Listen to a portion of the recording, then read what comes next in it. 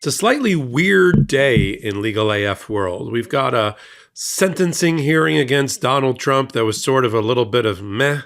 And then we've got a hearing in front of Judge Beryl Howell with Rudy Giuliani where she throws the book at him, excoriates him, says he's demonstrating a tremendous amount of chutzpah to act like he's the victim and that he's violated her order about going after Shea Moss and Ruby Freeman, who already hold $148 million judgment against him, going after them and defaming them despite court order not to do it. And all she has to say for it is that she's going to maybe send him to jail next time. I'm Michael Popok. You're on MeidasTouch, the head-shaking edition, and on Legal AF. Let me break it down for you.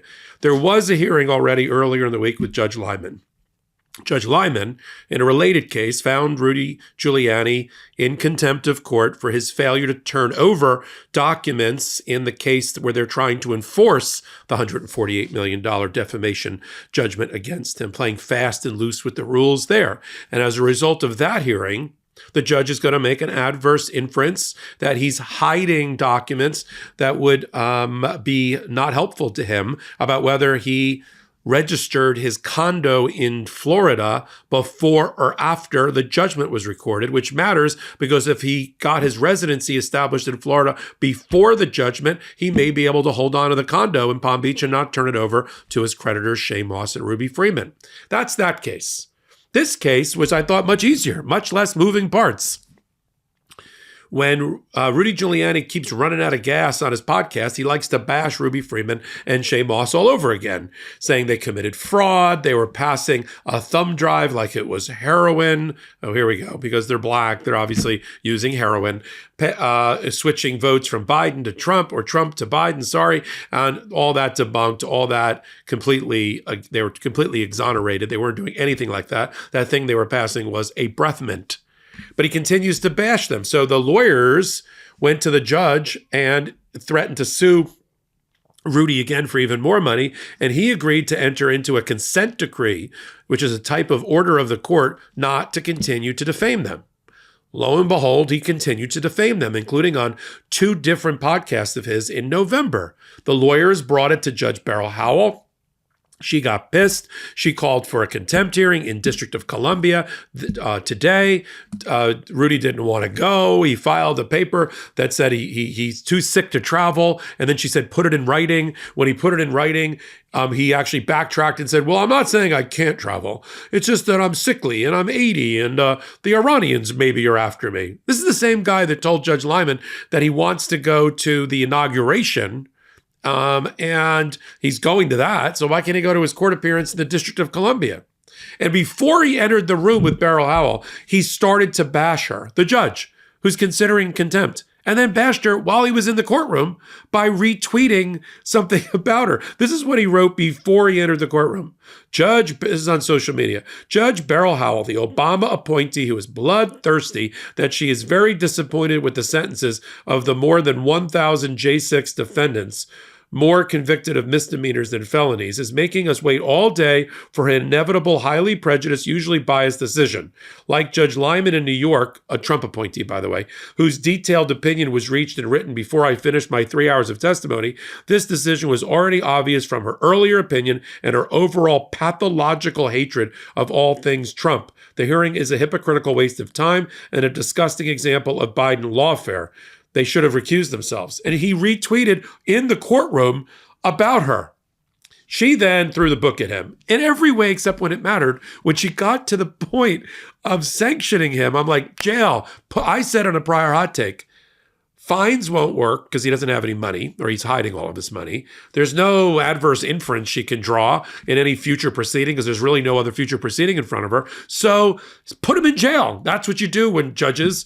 If I did anything close to this with a federal judge, I'd already be with a toothbrush and an orange jumpsuit in the federal detention center. Not Rudy.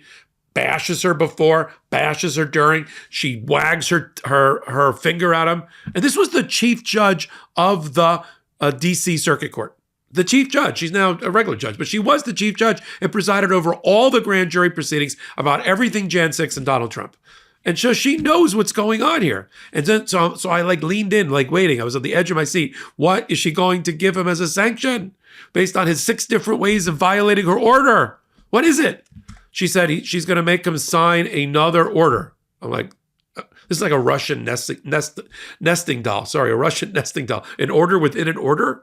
She's going to make him sign another order that he had a full and fair opportunity to cross-examine Ruby Freeman and Shay Moss, and that nobody's ever proved that they did any of these defamatory things at all. No, nobody's, it's quite the opposite. They've been exonerated, and that there's no government agency that's ever implicated them, and she wants him to sign on the dotted line. Then, if he violates that order within an order, then I'm like, okay, you're going to jail then? No, she'll consider sending him to jail.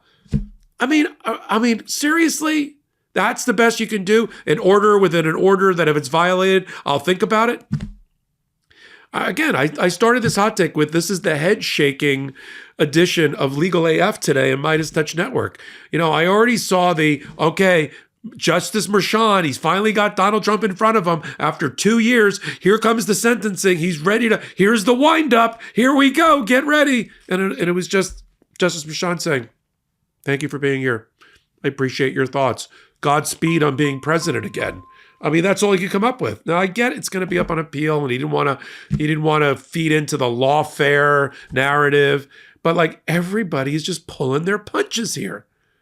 And then you fast forward in the same day to Rudy Giuliani. I made a big deal out of the 10th of January. I said, oh, big day, red letter day, sentencing for Donald Trump, throwing the book on a contempt hearing in front of Judge Beryl Howell. She's going to really eat him alive. She's going to eat his lunch. No, not quite.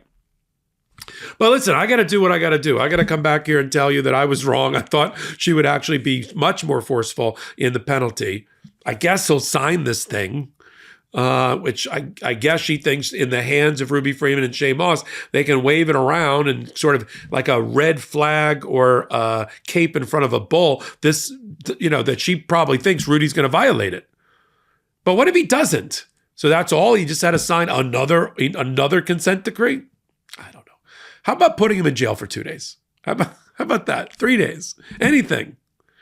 Well, I got to continue to follow it all here on Legal AF and the MeidasTouch Network. We got a new show.